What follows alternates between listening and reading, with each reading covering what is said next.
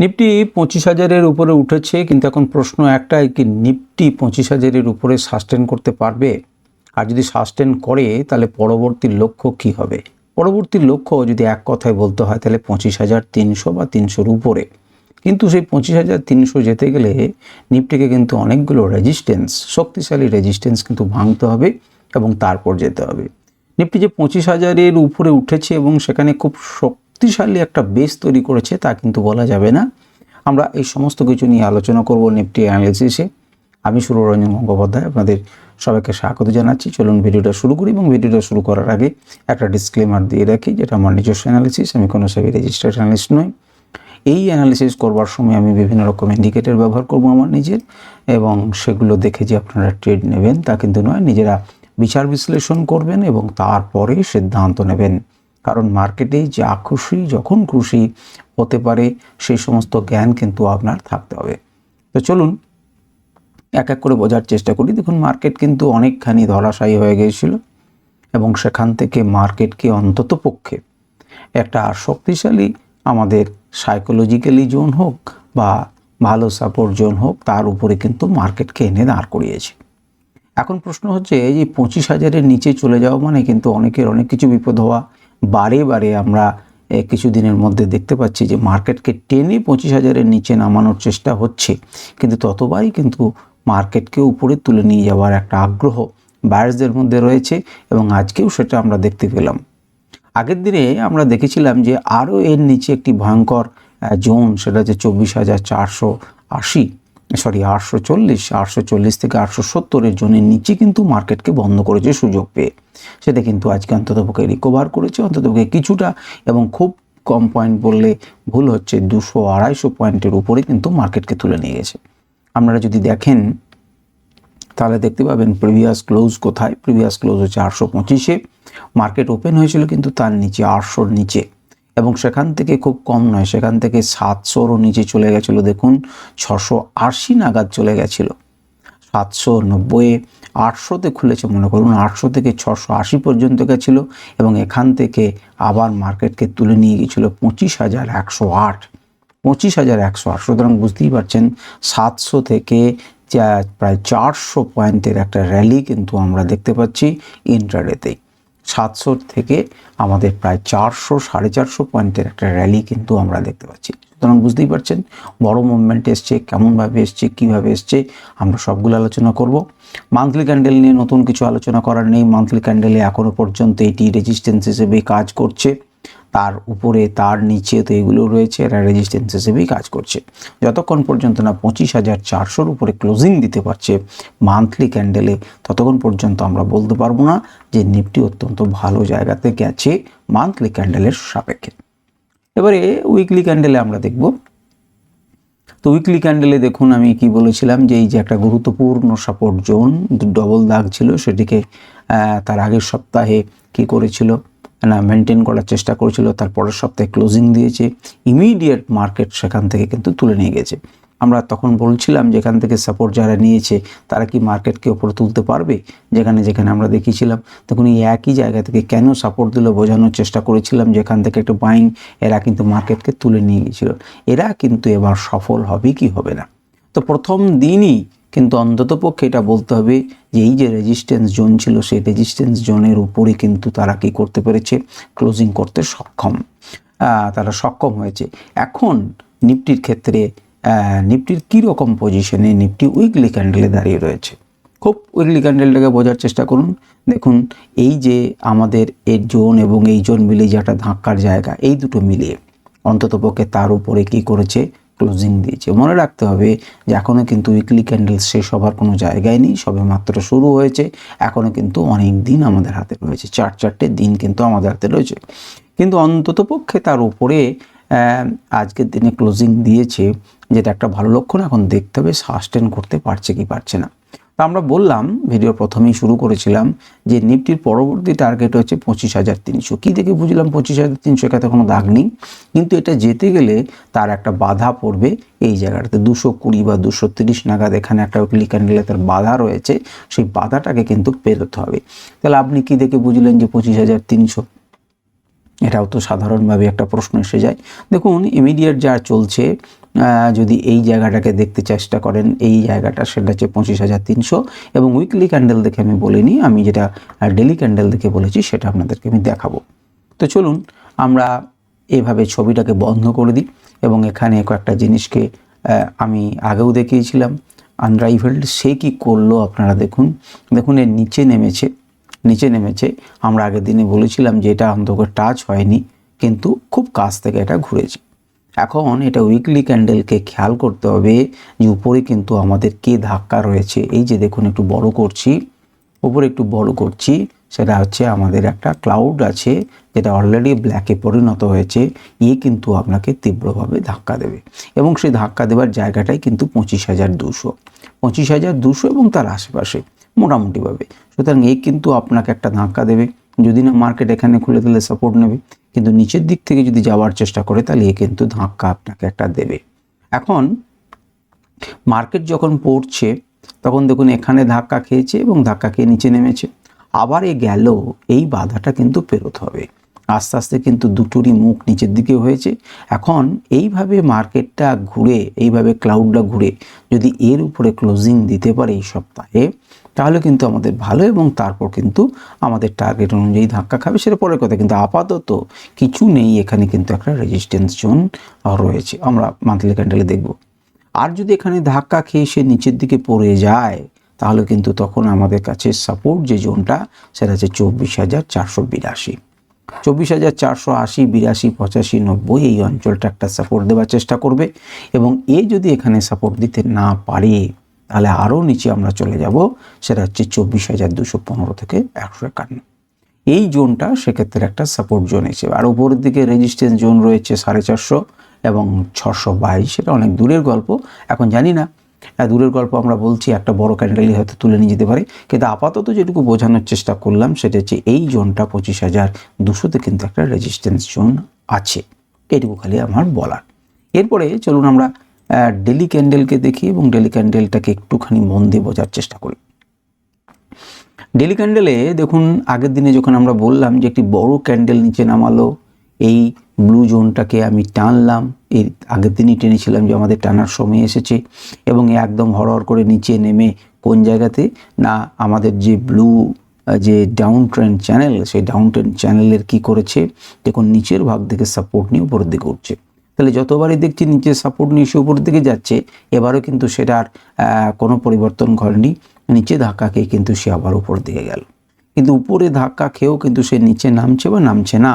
এখন এখানে যেটা দেখার সেটা হচ্ছে দেখুন এই যে ডাউন ট্রেন্ড চ্যানেল, সেই ডাউন ট্রেন্ড চ্যানেলের উপরে কিন্তু ক্লোজ করেছে, ডাউন ট্রেন্ড চ্যানেলের উপরে ক্লোজ করেছে এবং এখানে একটা যে জোন আছে পিঙ্ক কালারের হোক রানি কালারের হোক তার উপরে কিন্তু ক্লোজিং দিয়েছে, যেটা আমাদের কাছে একটুখানি হলে পরেও ভালো খবর যে অন্তত পক্ষে এই যে আমাদের দুটো মিলিয়ে যে একটা শক্তিশালী রেজিস্ট্যান্স জোনে পরিণত হয়ে গেছিল, সেই জোনটাকে প্রথম দিনেই সে ফাটাতে সক্ষম হয়েছে। এখন যদি মার্কেট কালকে এরকম জায়গাতে কোথাও খোলে তাহলে কিন্তু রেজিস্ট্যান্স হিসেবে করবে। প্রথমে হয়তো এত দূর এলেও যতক্ষণ পর্যন্ত না ছোট টাইম ফ্রেমে 1 ঘন্টা হোক 15 মিনিটে হোক এর উপরে ক্লোজিং দিচ্ছে, আপনারা কিন্তু উপরের দিকে ভাবনা চিন্তা করবেন না। সুতরাং এখানে যদি ধাক্কা খেয়ে সে কিন্তু আবার নিচের দিকে যেতে পারে, আর যদি মার্কেট এই লেভেলটাকে সাস্টেন করে উপরে খোলে সে কিন্তু আবার নিচের দিকে আসতে পারে, তখন এখানে কিন্তু একটা ভালো সাপোর্ট সে নিতে পারে এবং সাপোর্ট হিসেবে কিন্তু এই অংশটা কী করতে পারে, কাজ করতে পারে। যদি দেখুন এবারে আমাদের যে প্রশ্ন ছিল যে এর উপরে আমি যে বললাম যে কোথায় আমাদের নিফটির পরবর্তী টার্গেট, তো নিফটির পরবর্তী টার্গেট হিসেবে আমি এই অংশটাকে বেছে নিচ্ছি যেটা হচ্ছে 25,300। সেই জন্য আমি আপনাদেরকে বললাম 25,300 পরবর্তী লেভেল। কেন এত লেভেল থাকতে 25,200 তো বলতে পারতাম, 25,300 বললাম কেন?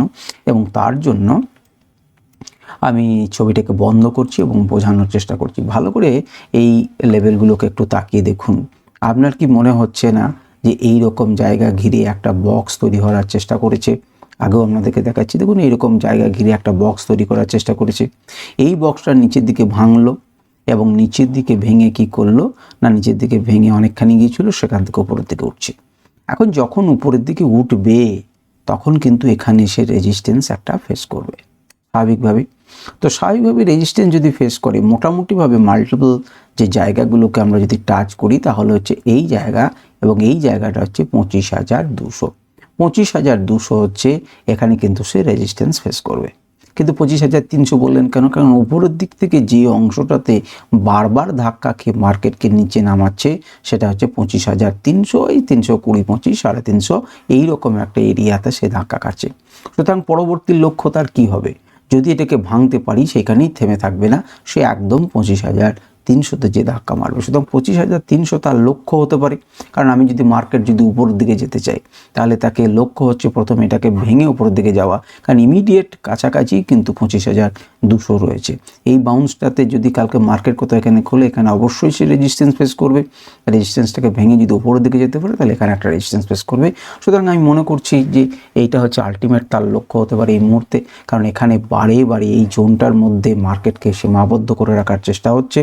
এখন নিফটি যদি এর উপরে যেতে চায় তাহলে প্রথম যে বড় শৃঙ্গ আছে সেটাকে জয় করতে হবে 25,300, কারণ এই জোনের আপার লেভেলকে আমি ধরছি।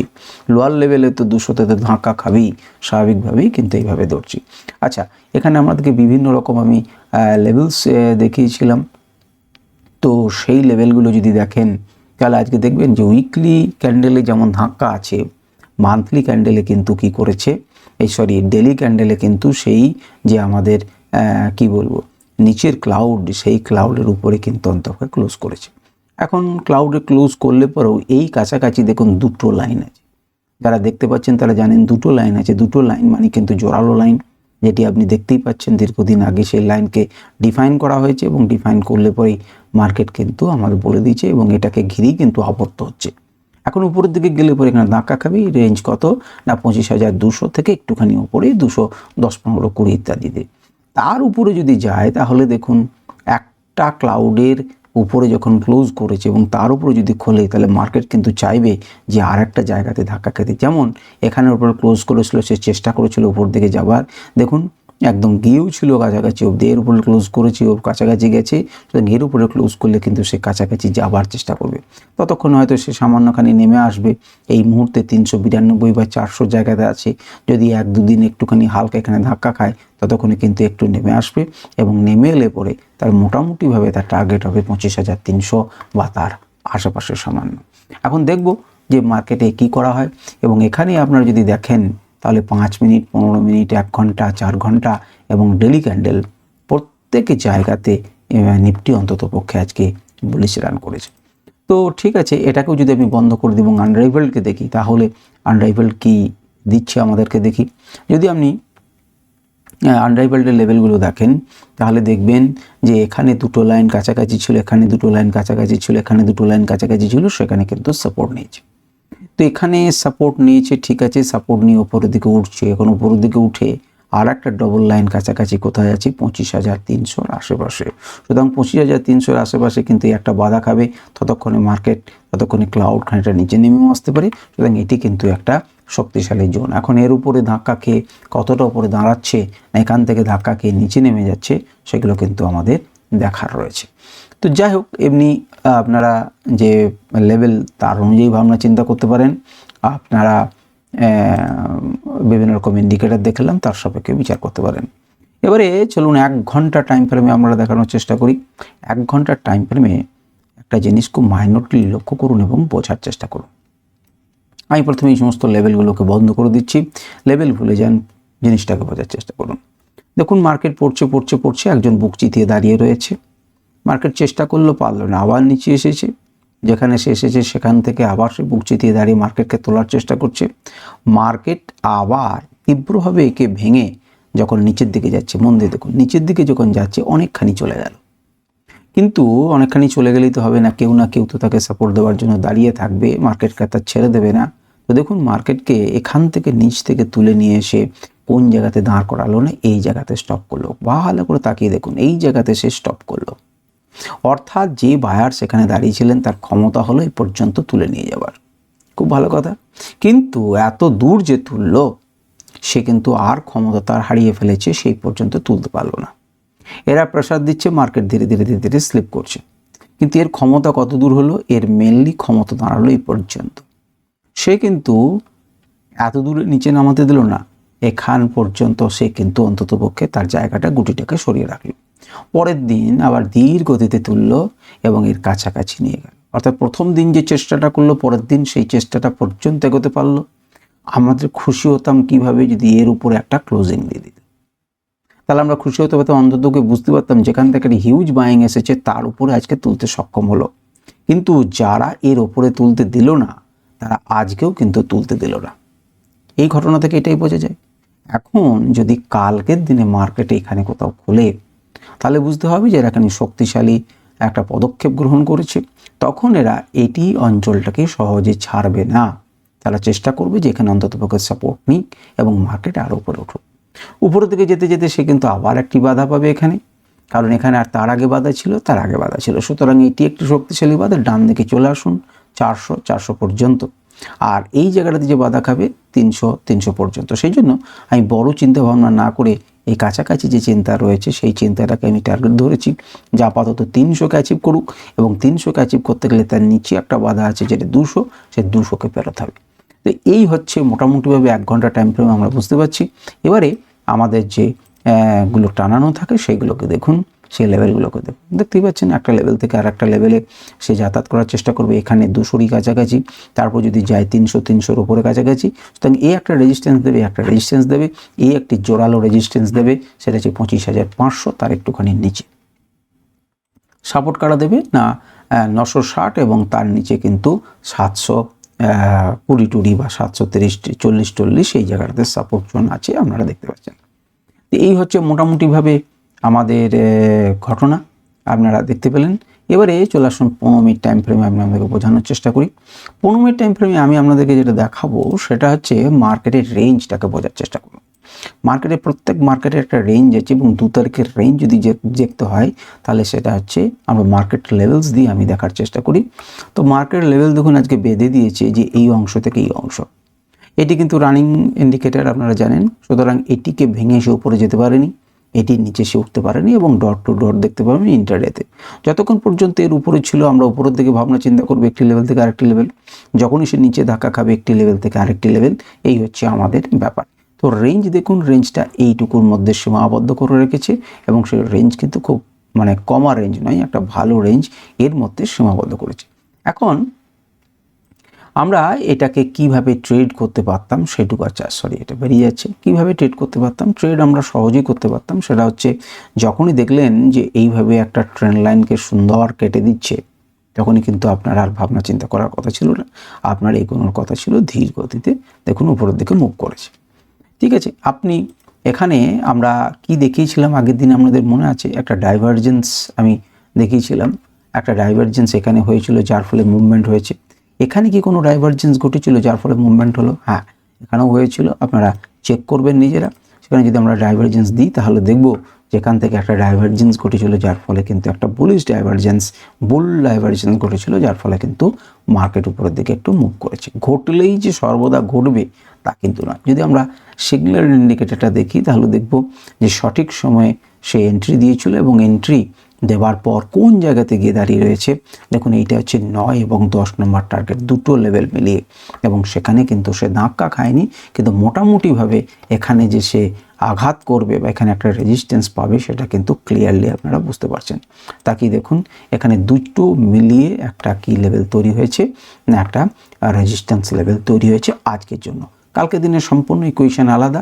যদি না নতুন করে কোনো পজিশন তৈরি হয় তাহলে এই পজিশনগুলো বজায় থাকবে, আর যদি পজিশন নতুন করে তৈরি হয়, ইনস্টিটিউশনাল বাইং কিছু আসে বা কোনো ঘটনা হয়, তাহলে আলাদা চেঞ্জ হবে।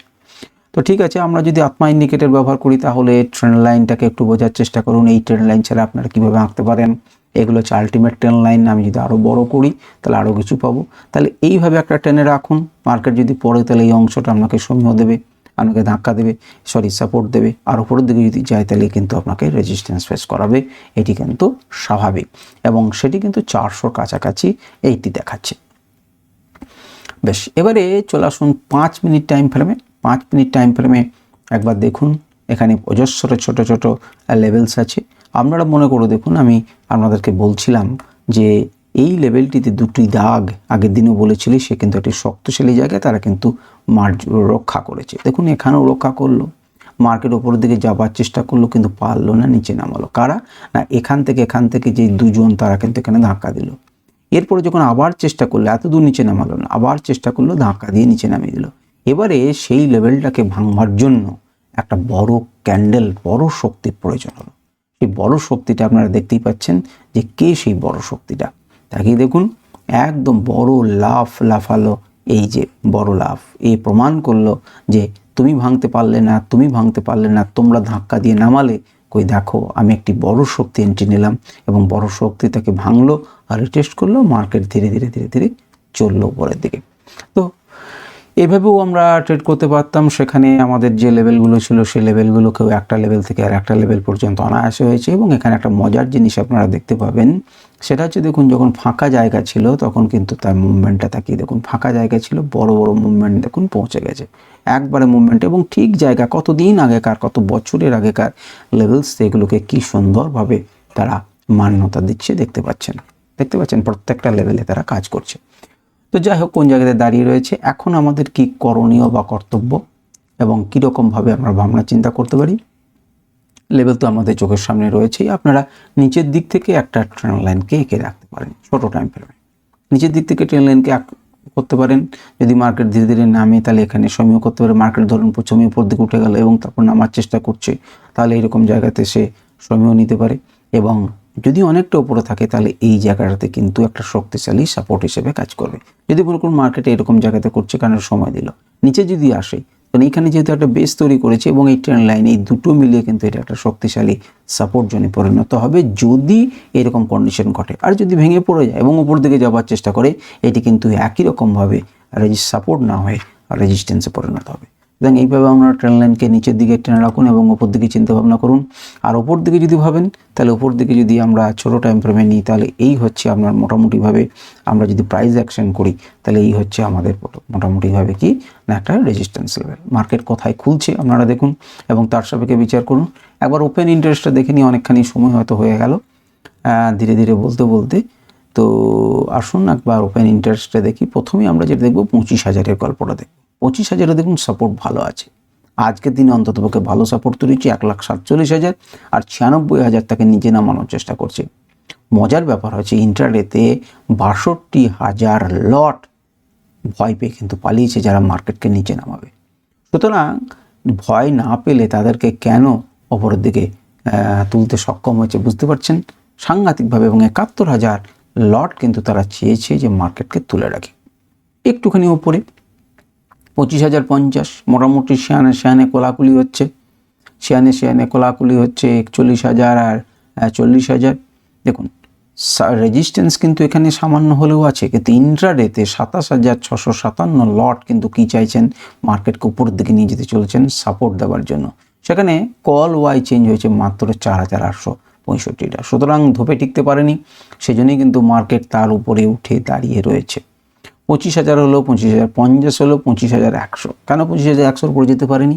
1,14,000 জন বলছে মার্কেটকে আমি এর উপরে যেতে দেবো না, সেখানে 60,000 তাকে ঠেলে নিয়ে চললো। কিন্তু ধীরে ধীরে মার্কেটে কিন্তু পুট ওয়াই কিন্তু বাড়ছে 29,000, যেখানে কল ওয়াই বেড়েছে 22,000। অর্থাৎ মার্কেটকে একটুখানি উপরের দিকে নিয়ে যাওয়ার জন্য চেষ্টা করছে। আর তার জন্যই মার্কেট কিন্তু 25,100-র কাছাকাছি গিয়ে বন্ধ হয়েছে। যদি আমরা আরও এক ধাপ যাই তাহলে দেখবেন 150-তে ডাল গলাতে পারেনি। 150-র জন্য মাত্র পুট ওয়াই চেঞ্জ হয়েছে 1190, আর 14,000 জন বলছে না আমি নিচে নিয়ে যাব, 15,000 জন প্রায়। সুতরাং এখানে সাপোর্ট দিতে পারেনি। অর্থাৎ 150 এই মুহূর্তে আমরা কোনো আশা দেখছি না। আর নিচের দিকে স্ট্রং সাপোর্ট আমাদের দেখতে পাচ্ছি কোনখানে রয়েছে না 24,950-এ কিন্তু একটা ভালো ঘাঁটি তৈরি করেছে। অনেকেই দেখুন পালিয়েছে। আর অনেক নিচে যে এরিয়াটা ছিল, অনেক নিচে যে এরিয়াটা ছিল সেই এরিয়াটা যদি আমরা কথা বলি, অর্থাৎ 25,900 দেখুন পালিয়েছে ভয় পেয়ে। 96,000 লট এখানে কিন্তু বেড়েছে। আপনারা যদি নিয়ে আসেন আরও নিচে 25,800, সেখান থেকে কিন্তু দেখুন এখনও অনেকজন আশাবাদী। 24,000, 850, ওই যে 860 বলছি, এখান থেকে কিন্তু নেগেটিভ হয়নি। এখানে কিন্তু কিছু লোক এখনও আশাবাদী রয়েছে, নতুন করে কল ওয়াই চেঞ্জ কিন্তু তারা করেছেন। তো যাই হোক, এই হচ্ছে আজকের দিনের সমস্ত বিষয় নিয়ে আলোচনা। আমরা পরের ভিডিওতে আরও ভালো করে আলোচনা করব। আমি চেষ্টা করলাম আমার মতো করে আলোচনা করার। আমি জানি না কতজন আপনারা ভালোভাবে শুনলেন, প্রায় 25 মিনিট হলো। ধন্যবাদ, ভালো থাকুন, সুস্থ থাকুন।